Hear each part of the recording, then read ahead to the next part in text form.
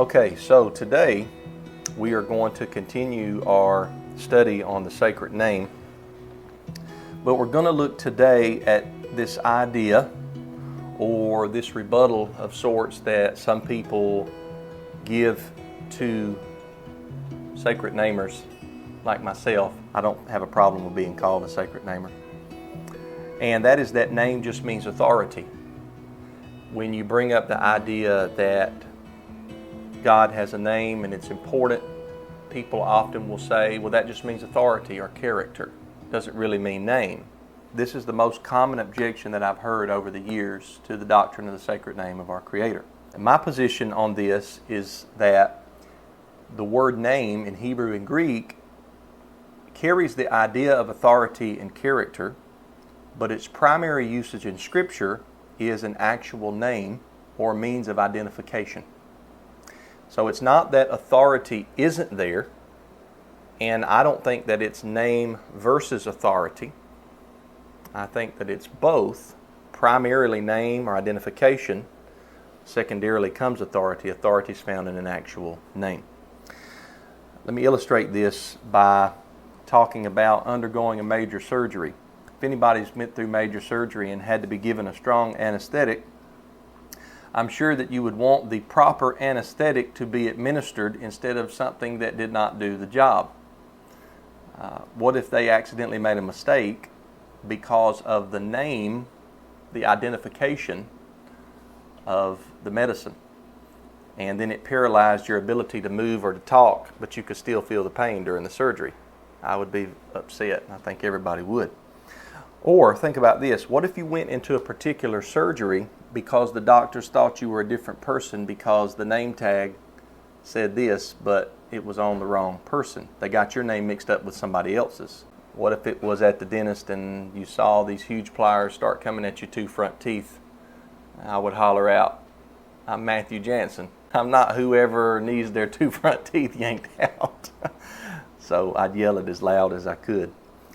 If you want to get the attention of your child, they're in a large crowd of people, let's say, the best way to get a response is to use the name that you gave them, or as my parents would do whenever they wanted to get a direct response from me, or if I was in trouble, they would not just say Matthew, they'd say Eric Matthew Jansen. And I would immediately listen up. Or oftentimes my sister and I, we might be acting up or making too much noise in the back seat of the car, and my dad would say, "Matthew and Miranda," and we knew that meant sit at attention. You know, he got our attention using our name. Some people have told me when I brought this up to him, some people have told me that a child can respond to certain tones of voice or a title like son or a nickname, and that's all true. I mean, we sometimes give our children nicknames, or I was talking with Brother Frank before the service. His daughter, he called her Rosie. Her name was Rosalie. I have a daughter named Rosalynn, and I call her Rosie. I call her Rose. I call her Lynn. But even those nicknames is still a name that you are giving to your child, and they're responding to you because you're using something they're familiar with. So if my daughter Rosalynn hears me call out Carol, she's not going to respond or think that I'm talking to her. Even though your child may respond to son, daughter, nickname, the surest way to get your child's attention, if you want to get their attention or make them listen, is to use their name, and even more so to use their full name. What's funny to me is that when I hear people argue like this against a sacred name or against use of a proper name, the same people that give me that argument that name just means authority or character, they would never dream of leaving their child nameless. People spend months, sometimes couples start talking about what they're going to name their children before they're ever pregnant. Parents spend all this time deciding what to name their baby because it's important to them. It's going to be a mark of identification for the rest of that child's life. So when Tisha and I named our children, we have 5 children, we were purposeful on each of their names. Each of their names mean a specific thing, and we gave them that identifying marker on purpose, from Morgan all the way down to David. And I believe that that's the way it was done in Hebrew culture. I know a lot of times, and I'll talk about this in a little bit in more detail. But a lot of times people today just give their children names because of the sound that the name makes. They think it's neat, cool, hip, whatever the lingo is today. But Hebrew culture was specific. Children were given names for a reason. People had their names changed for a reason. Names carried meaning. Names carried significance. Let's look at this excerpt from the Zondervan's Pictorial Bible Dictionary. I have this dictionary at my house. This is a portion of the section that's titled Name. In Bible times, the notion of name had a significance it does not have today, when it is usually an unmeaning personal label. So they're saying that there is more of an importance on names in Hebrew culture versus modern American culture or modern culture in many places in the world.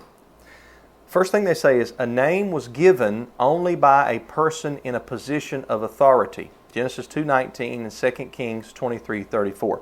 Let's look at those two texts here. Genesis 2:19.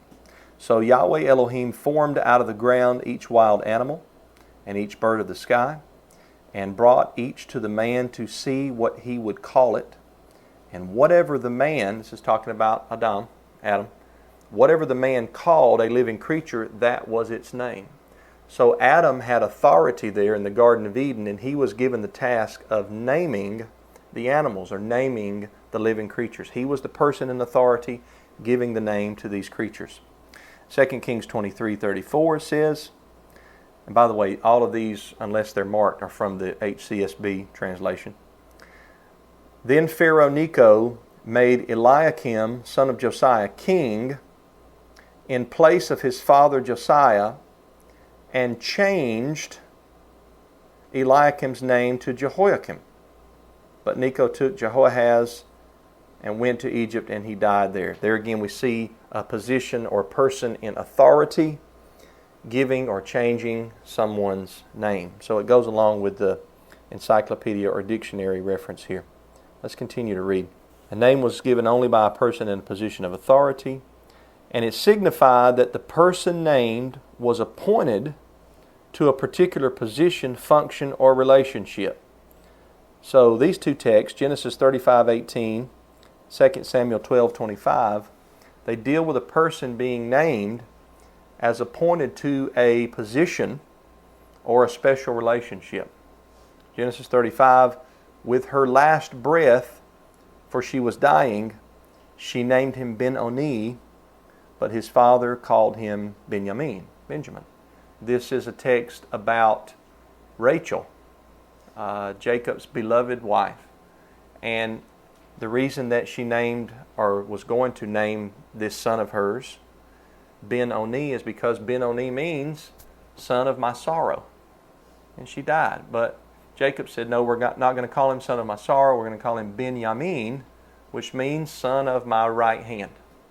By the way, that's why I named my firstborn son Benjamin. It's because he was my firstborn. He's the son of my right hand. So there again, we see the significance of the name that was given for a particular reason or relationship that was going on. 2 Samuel 12, then David comforted his wife Bathsheba. He went and slept with her. She gave birth to a son and named him Solomon. Yahweh loved him, and he sent a message through Nathan the prophet, who named him Yedidiah because of Yahweh. So here Nathan the prophet gives King Solomon, or later King Solomon as a child, he gives him this secondary name. A lot of times in the Bible people would have primary names and they would have secondary names. Sometimes you could call the secondary name kind of like what we would call a nickname. But the name Jedidiah or Yedidiah means beloved of Yahweh. And the reason that Nathan the prophet, or Yahweh, through Nathan the prophet, gave him this secondary name is because the text says Yahweh loved him. Continuing on, in the Scriptures, there is the closest possible relationship between a person and his name, the two being practically equivalent, so that to remove the name is to extinguish the person. Two texts that are given here is Numbers 27:4, which says, this is 3 and 4, our father died in the wilderness, But he was not among Korah's followers who gathered together against Yahweh. Instead, he died because of his own sin, and he had no sons. Why should the name of our father be taken away from his clan, since he had no son? Give us property among our father's brothers.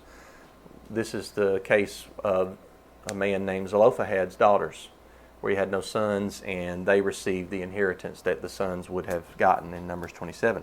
But notice the question they ask: why should the name of our father be taken away from his clan? In other words, why would our father's inheritance go to someone that is not his direct descendant?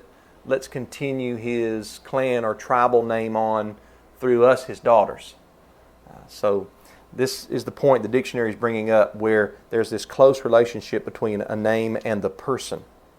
Deuteronomy 7:24 says, he will hand their kings over to you. This is Yahweh striking the 7 nations of Canaan when Israelites come into the land.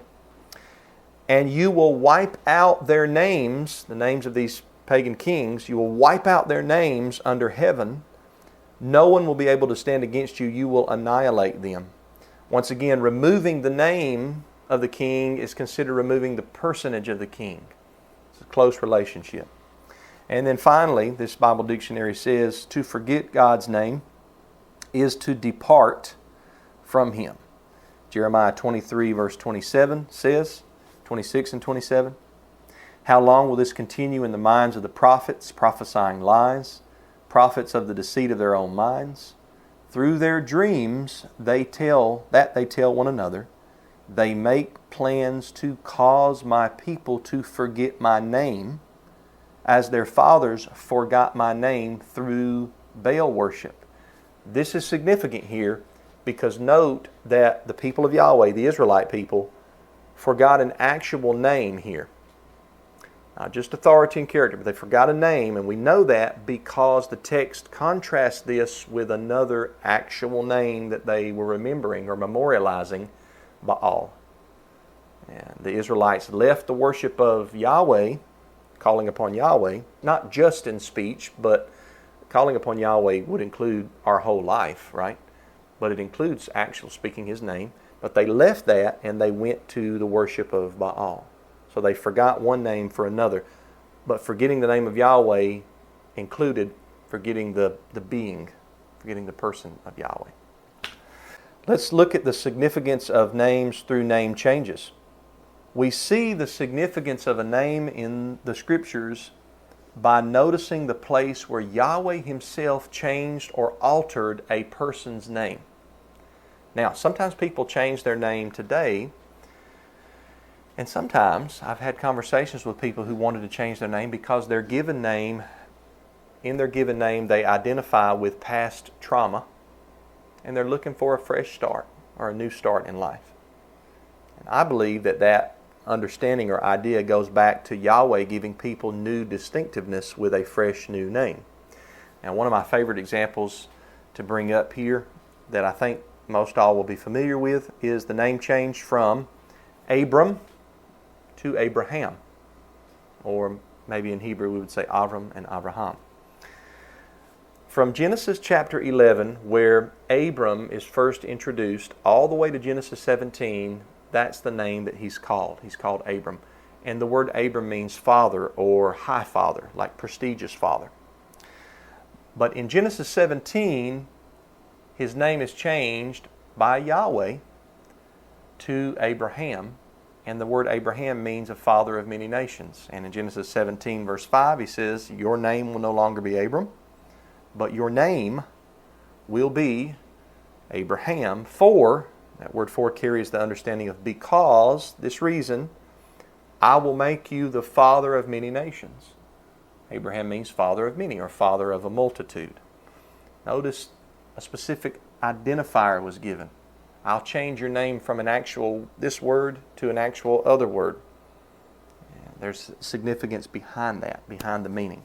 Because Yahweh would make him a father of many nations, He named him Abraham.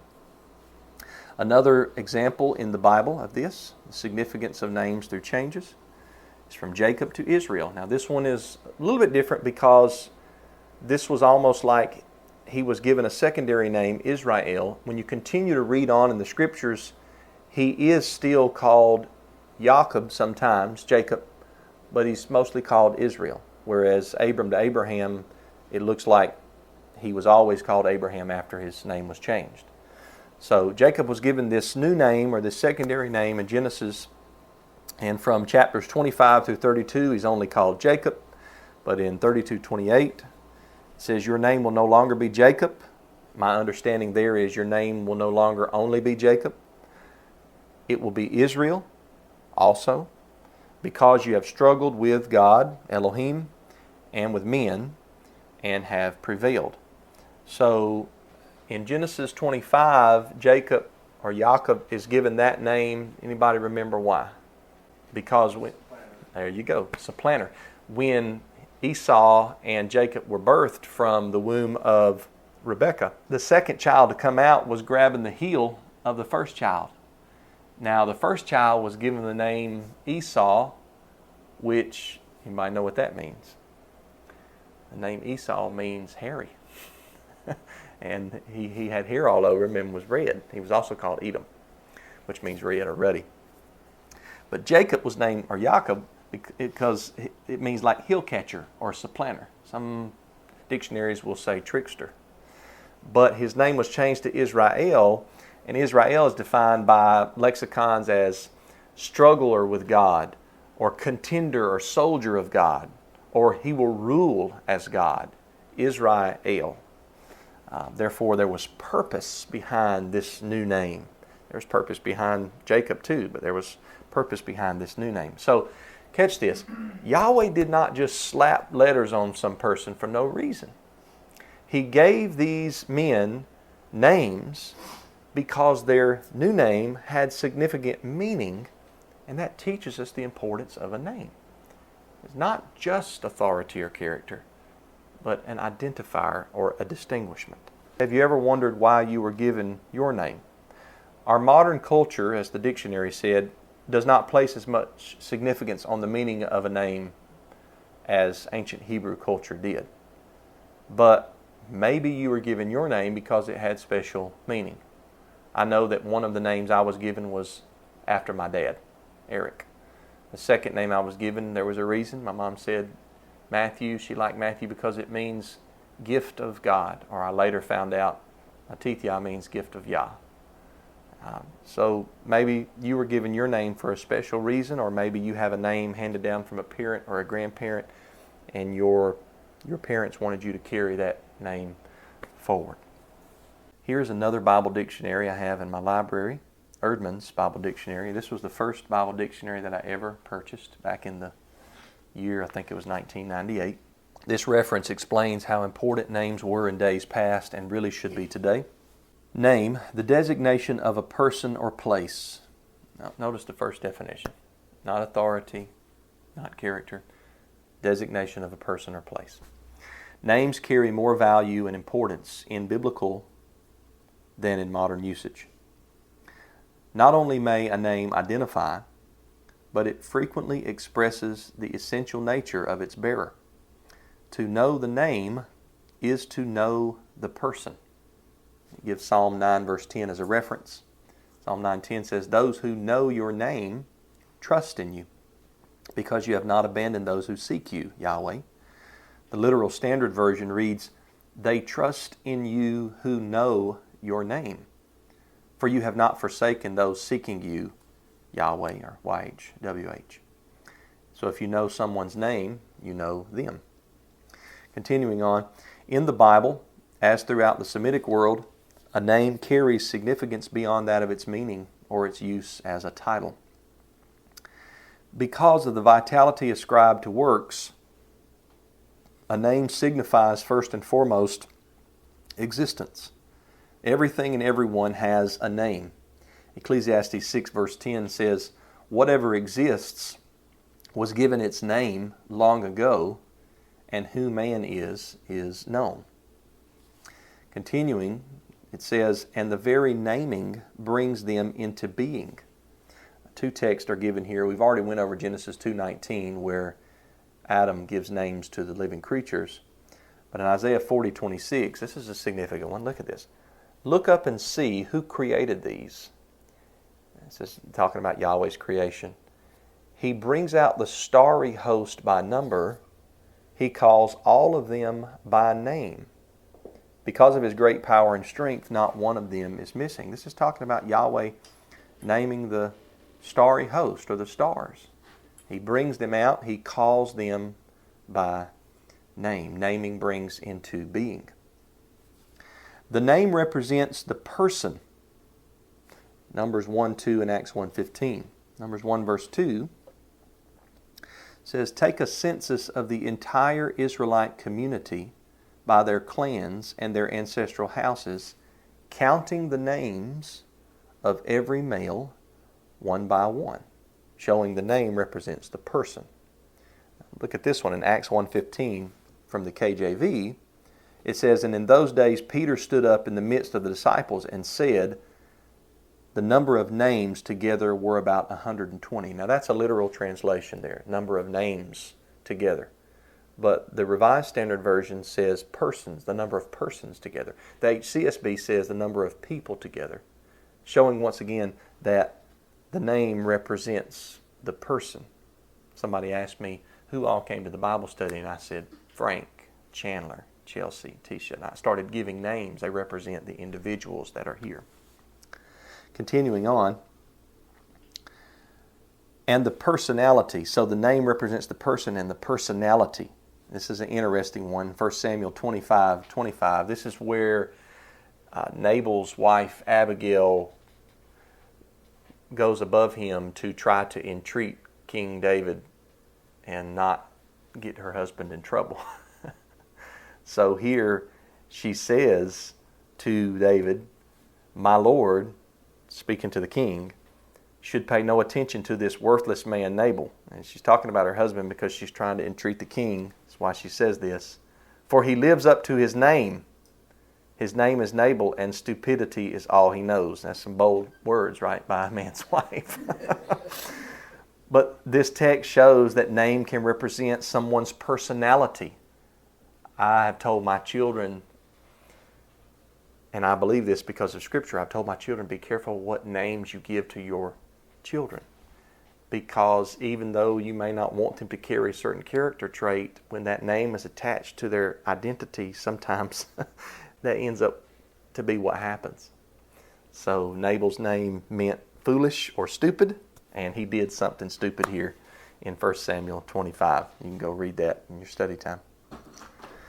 Because a name is a social reality kept by memory and through posterity, to cut off a person's name means not only death, but the very obliteration of one's existence. So let's look at these texts right here. Psalm 72, verse 17. This is a prayer here for the king of Israel. Some people try to apply this to the Creator, and there may be an application to the Creator, but it looks like in context it's talking about the king of Israel, probably Solomon. But it says, may his name endure forever. Notice when it says may his name endure forever, it's talking about, yes, his reputation, yes, his character. We still remember this king today, but when we remember him, who do we talk about? We talk about King Solomon or King David, whichever king this is. We remember them by bringing up their name. It says, may his name endure forever as long as the sun shines. May his fame increase. Name and fame are used as equivalents there. May all nations be blessed by him and call him blessed. And then also 1 Samuel 24:21. Therefore swear to me by Yahweh that you will not cut off my descendants or wipe out my name from my father's family. This shows that cutting off a person's name is equivalent with their death or obliteration, their extinguishment. So also Psalm 9 verse 5. You have rebuked the nations. You have destroyed the wicked. Notice, you have erased their name forever and ever. In Psalm 109:13, let the line of his descendants be cut off. Let their name be blotted out in the next generation. this section right here, I want to read you the definitions given for the English word name and also the Greek word for name, which is onoma, Shem in Hebrew, onoma in Greek, translated into English as name. This first is from dictionary.com. Number one definition given for name: a word or combination of words by which a person, place, or thing, a body or class, or any object of thought is designated, called, or known. Merriam-Webster.com. Number one definition again. There are secondary and tertiary definitions in these dictionaries, but I want to read the number one definition. Merriam-Webster. A word or phrase that constitutes the distinctive designation of a person or thing. The example they give, the boy's name is Brad, an actual proper name. And this is from Bill Mounce's Greek lexicon of the New Testament. He gives the number one definition for onoma, the Greek word for name: a name, the proper name of a person. So, name means name. It's not a hard concept. So we're going through all this, and it makes me wonder all over again, why do people say, no, it just means authority? Name means name. It means exactly what we think of when we ask someone. If I'm out on the job site and I haven't gotten the customer's name yet, and I knock on their door and I say, good morning, I didn't get your name. And they give me what? A proper name. They don't say, well, it doesn't really matter, it's just authority or character. No, everybody knows when you ask for their name, they give you a proper name. So authority, character, and reputation are more developed definitions of the word name. When you get into the Hebrew, the Greek, and the English, you'll find that the word name can carry the meaning of authority, character, reputation. But none of that takes away from the number one definition of a word by which a person or place is identified. When it comes to Yahweh, authority is intrinsic in His name. What I mean by intrinsic is it belongs to the essential nature or constitution of a thing. So authority is there, but that authority is only found in His name. In other words, the name Yahweh is more than just a literal name, but it is not less than a literal name. It's not less than literal letters. Anybody ever had somebody tell you that when you bring up the idea of the sacred name to them? They say, well, the name is more than just letters. And I always respond by saying, I agree, but it's not less than letters. We wouldn't have the name if not for the letters. If Yahweh didn't have a specific name or identifier He wanted us to call Him by, He would not have placed it in the Scriptures thousands of times.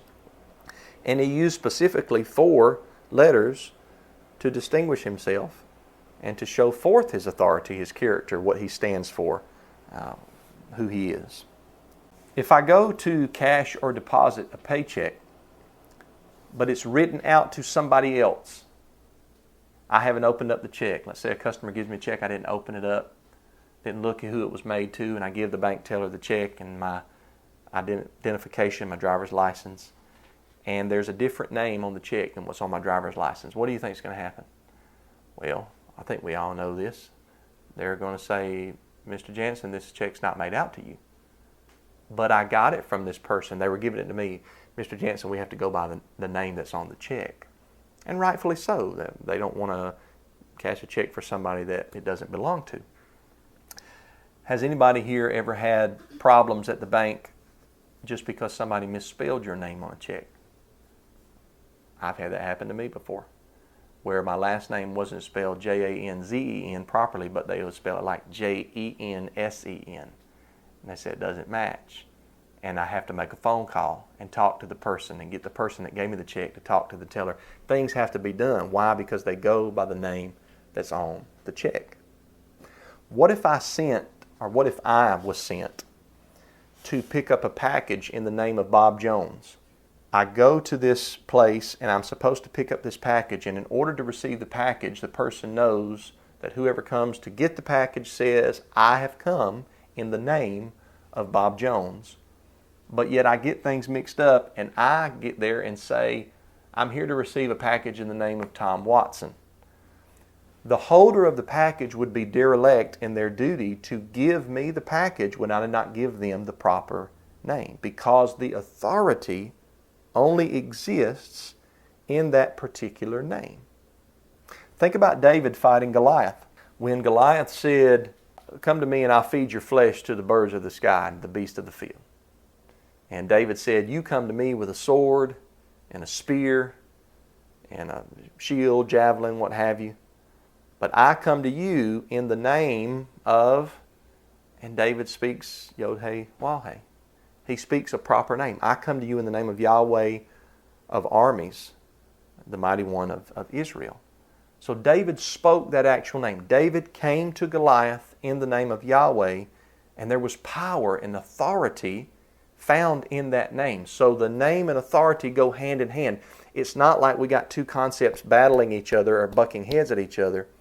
It's that the authority is found in an actual name. The Hebrew word for name is the word Shem. It's used hundreds of times in Scripture, and all you have to do is get out a concordance, go through these times, and it's used in reference to a literal name of a person or a place. Here are some examples in Hebrew Scripture from the book of Genesis. Genesis 2:11 says the name of the first is Pison. This is a reference to, I think 4 rivers mentioned in Genesis. And it gives names for the 4 rivers. It says the first one's name is Pison. Once again, name means name, what we think of when we say name. Genesis 3 verse 20, and Adam called his wife's name Eve, or more correctly, she probably was called Chava, which means life, because she was the caretaker or the mother of all living. I take the word mother there in Genesis to be caretaker. She didn't yet have any children, but we know that mothers are good caretakers. So Adam called his wife a particular name. And then we have Genesis 4 verse 17. Lamech took 2 wives for himself, one named Adah and the other named Zillah.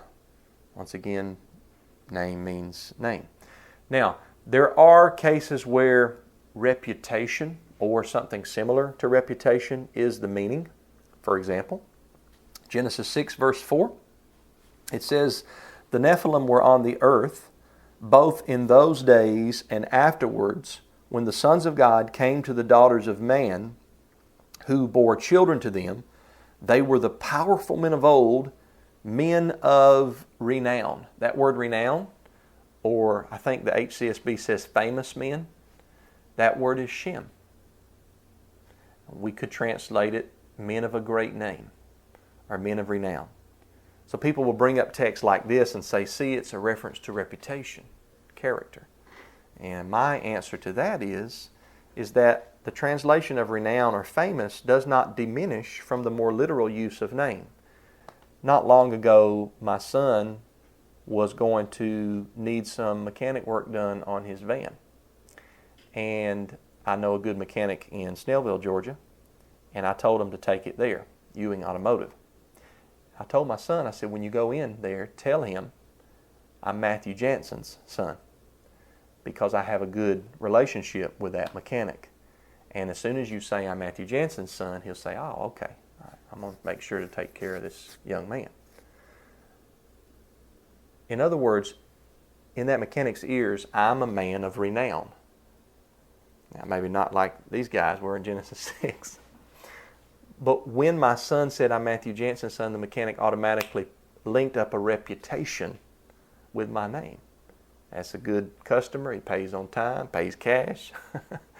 The point is that the translation of renown or famous doesn't do away with the actual name. Think about that illustration I just gave you with my son going to the mechanic. So the proper way to understand this is not to make two concepts battle with each other. Name and authority go hand in hand. Authority is there, but it does not negate an actual name. One example in the New Testament, Acts chapter 4, verses 5 through 7. It says, and it came to pass on the morrow that their rulers and elders and scribes, and Annas the high priest, and Caiaphas and John and Alexander, and as many as were of the kindred of the high priest, were gathered together at Jerusalem. And when they had set them in their midst, they asked, by what power or by what name Have you done this? And you'll see here, if you read Acts 4, it's the disciples that are on trial. Specifically, the Apostle Peter is the one that speaks up right here and answers the question. Now, when they're asked in Acts 4, verse 7, by what power, comma, or by what name have you done this? I submit to you that that's asking the same thing in two different ways. And when the Apostle Peter answered the question, Peter did not say, well, we've done it by the authority. He gave an actual proper name. He said, let it be known that by the name of Yeshua of Nazareth, we've done this. If he would have just said, we've done it by character, we've done it by authority, and that's what matters, the high priest would say, whose authority? Whose character? Whose reputation have you done this by? So, a question is given about by what name, and the answer is an actual name. Here's a sampling of scriptures showing the importance of the name Yahweh. I'll have a lot of these. I'm revising a book that I've written back in 2005 on the sacred name. I'm revising that, hoping to publish that before the year is up. So I've got a lot more scriptures in this section in the book, but we'll go over a few. Exodus 34, verse 14 from the World English Bible. These are direct translations here, World English Bible. For you shall worship no other God, for Yahweh, whose name is jealous, is a jealous God. I bring this up a lot of times to people when they tell me, once I mention the doctrine of the sacred name, they say, well, God knows my heart. He knows I'm talking about Him. And even if I say God, I'm talking about the same person. And of course, there's some truth to that. I mean, I don't believe that everybody that uses the words God, Lord, and Jesus are referring to other deities or other beings. But this text says Yahweh is jealous for His name.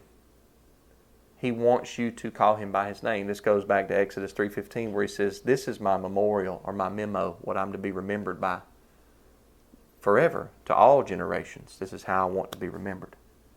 So He's jealous for His name. Deuteronomy 28:58, Lexham English Bible.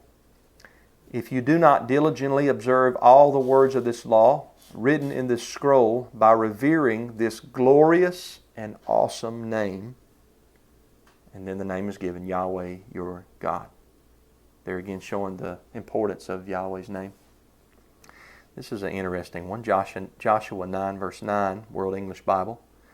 They said to him, your servants have come from a very far country because of the name of Yahweh your God. For we have heard of His fame, all that He did in Egypt. Now, we went over a verse a few minutes ago where name and fame were used synonymously, and I think the same thing is going on here. These men are asking Israelites, we've heard of the fame of your mighty one. And how did they hear of the fame of Israel's mighty one? Because of the name Yahweh. So this is talking about when Yahweh brought the Israelites out of Egypt through a series of plagues. In Exodus chapter 9, Yahweh speaks through Moses to Pharaoh and He says, I'm doing all this that I might show my power through prophet Moses and that my name be declared throughout all the earth. So that through those series of plagues, as troubling and bad as they were upon the Egyptians, when the other nations would encounter the Israelites later on down the line, they would say, oh, you're the guys and gals that serve that mighty one named Yahweh that brought all them plagues upon this great nation of Egypt. So His fame, renown, famousness, it spread by the name Yahweh, by an actual name. Psalm 86 verse 11, this is from the Rotherham Emphasized Bible. Point out to me, O Yahweh, Thy way, and I will walk steadfastly in Thy truth. My heart will rejoice to revere Thy name. Here again, just another great text emphasizing the name of Yahweh. And that is all I have for today. Anybody have any comments or questions? Sister Caitlin. You said Shem is Hebrew for name. Spell Shem. S-H-E-M. E-M. Uh-huh. Not that this has anything to do with anything, but Ham and Japheth Shem. Yeah. Okay. All right. Is it spelled the same way? You got it. Okay. Yeah. Yeah. Shem. Yeah. Yes, sister. I have a question, not exactly a sacred name question, but Sure. as you're saying that, God, Lord Jesus, where did Yeshua come from? 'Cause, Okay. like, I've never seen Yeshua in the Bible. Like, I've seen Yeah. Yahweh, or I've seen Yah, or Sure. Jah, Sure. but I've heard, like, Yahshua, Sure. like, Yahweh saves, but Sure. where did Yeshua come from? So it's the name Yeshua or the word Yeshua. I'd have to go back in my notes. I want to say it's used in the Hebrew Old Testament close to 100 times. So, for example, like, remember when the Israelites crossed the Red Sea? Well, before they crossed, Moses stand up on the rock and he held out his staff. And he told the Israelites, stand still and see the salvation of Yahweh. Well, if you look up that word salvation in Strong's or Jesenius, it's the word Yeshua. And this word is used all through the Tanakh. And it means salvation, or he will save. The name Yeshua stems from the longer form pronounced either Yehoshua or Yahushua, some people say, which means YHWH is salvation. Yeah, that's So, what Yeshua, that's what I was thinking, like, the word Yeshua. yeah, so Yeshua means he will save or salvation, and that's kind of like a contraction of Yehoshua, which means Yahweh is salvation, Yod He Wah, and then the word for salvation.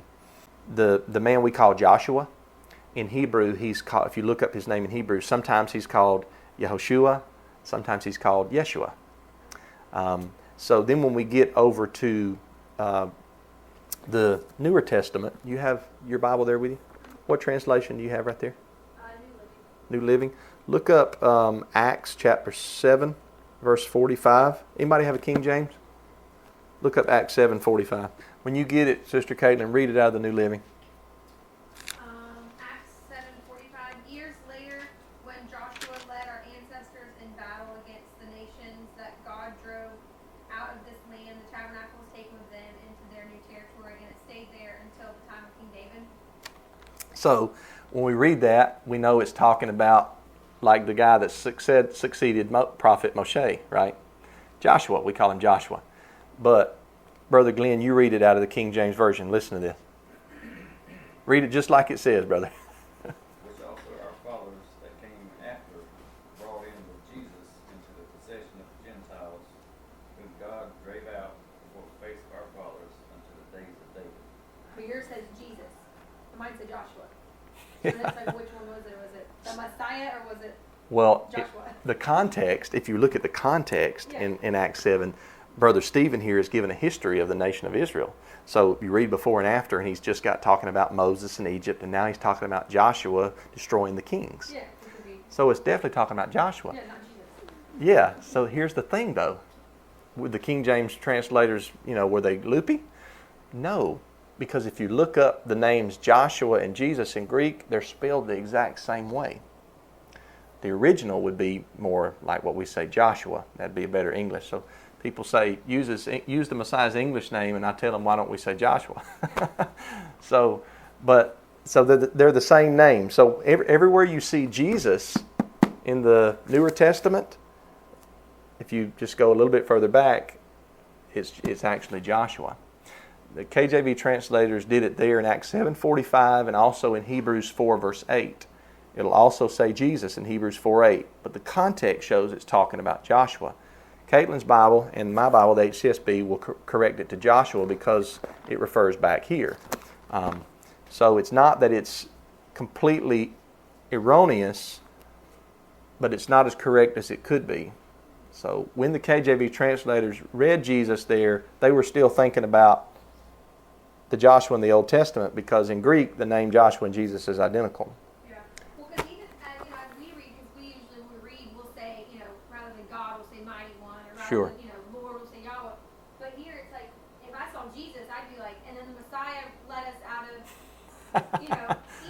Yeah. And it's like, oh, I didn't realize he was on the scene in Egypt.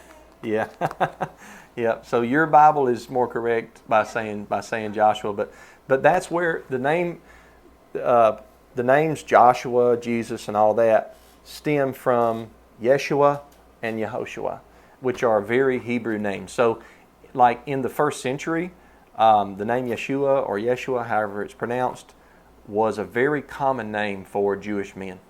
Very common. This is probably why we read oftentimes in the Gospels, before he was known as the Christ or the Messiah, predominantly, we read Yeshua of Nazareth. The reason of Nazareth was placed onto his name is because there were many Yeshuas.